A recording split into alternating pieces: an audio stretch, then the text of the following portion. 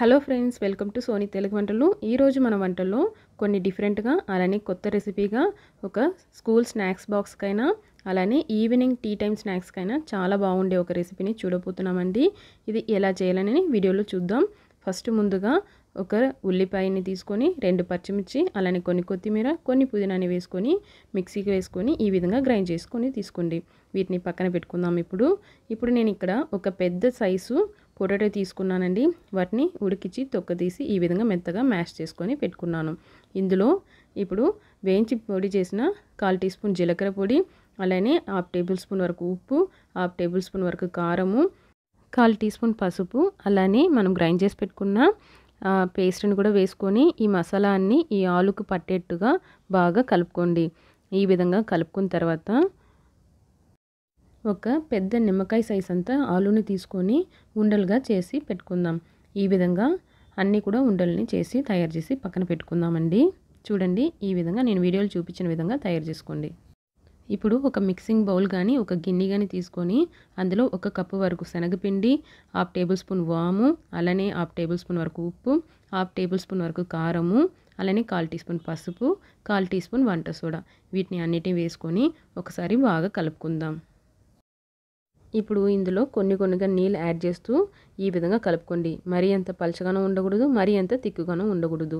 ఈ విధంగా కలుపుకోండి. వీడియోలో చూపించిన విధంగా చూడండి, ఇంత జారుగా ఉంటే చాలు. ఇప్పుడు ఇవి మనకి కిరాణా షాప్లో దొరికే 3 రూపాయల బన్ అండి, బర్గర్ బన్ అయితే కాదు. వీటిని నైఫ్ పెట్టుకొని మధ్యలో 1/4 భాగం వరకు కట్ చేసుకోండి. ఈ విధంగా వీడియోలో చూపించిన విధంగా కట్ చేసుకోండి. చూడండి, ఇంత కట్ చేసుకుంటే చాలు. మిగిలిన కూడా కట్ చేసుకొని తీసుకుందాం. బన్ అంతా కట్ చేసుకున్న తర్వాత మనం తయారు చేసి పెట్టుకున్న ఆలు ఉండల్ని తీసుకొని ఈ విధంగా వడలాగా ఒత్తుకోండి. మరీ పలచగా వద్దు. ఇప్పుడు ఈ ఆలు వడని తీసి ఈ బన్ను మధ్యలో పెట్టి ఈ విధంగా సైడ్లంతా కూడా లోపలికి తోసుకుంటూ ఒత్తుకోండి. బయట ఎక్కడ కూడా కనిపించకుండా బాగా తయారు చేసుకోండి. ఈ విధంగా తయారు చేసుకున్న శనగపిండిలో వేసుకొని ఆ బన్ను పైనంతా కూడా అన్ని వైపులా శనగపిండి ఆ బన్నుకి పట్టేట్టుగా బాగా వేసుకొని ఈ విధంగా రోల్ చేసుకొని తీసుకోండి.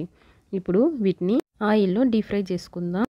గ్యాస్ పైన ఒక కడాయి పెట్టుకొని అందులో ఆయిల్ వేసుకోండి. ఆయిల్ మనకి మరీ వేడిగాను మరీ వేడి తక్కువగాను ఉండకుండా మీడియంగా ఉండేటప్పుడు ఇప్పుడు మనం తయారు చేసుకున్న బన్నుని ఆయిల్లో వేసుకొని డీప్ ఫ్రై చేసుకుందాం. వీటిని తిప్పుతూ కలుపుతూ 2 వైపులా గోల్డెన్ బ్రౌన్ వచ్చేదాకా వేపుకోండి. ఇప్పుడు చూడండి, బాగా గోల్డెన్ బ్రౌన్గా కలర్ మారింది. ఇప్పుడు వీటిని ఆయిల్ నుంచి తీసేద్దాం. అంతే ఫ్రెండ్స్, బన్ బజ్జీ రెడీ అయింది. వీటిని పిల్లలకైతే సాస్తోను అలానే పెద్దవాళ్ళైతే నూనెలో వేయించుకున్న పచ్చిమిర్చితో సర్వ్ చేసుకుంటే చాలా బాగుంటుంది. మీకు కూడా ఈ రెసిపీ నచ్చిందని అనుకుంటున్నాను. మీకు నచ్చిందంటే లైక్ చేయండి, షేర్ చేయండి, తప్పకుండా సబ్స్క్రైబ్ చేసుకొని పక్కనే ఉండే బెల్ ఐకాన్ని ప్రెస్ చేసుకోండి. అప్పుడే నేను చేసే ప్రతి వీడియో మీకు అప్డేట్ అవుతూ ఉంటుంది. Thank you for watching friends.